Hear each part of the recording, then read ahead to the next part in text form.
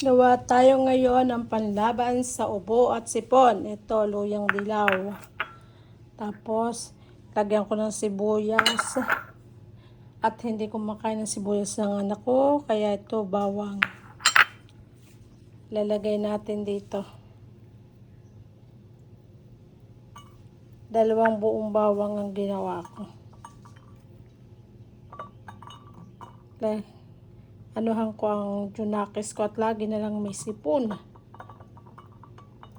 Bah, kayo pa.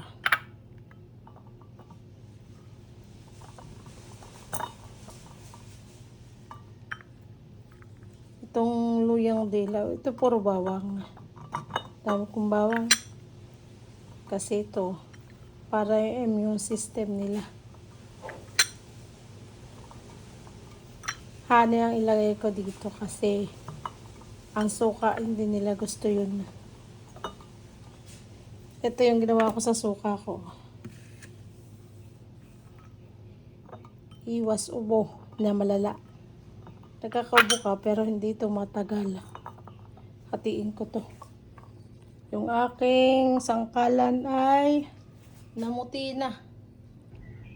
Luyang dilaw.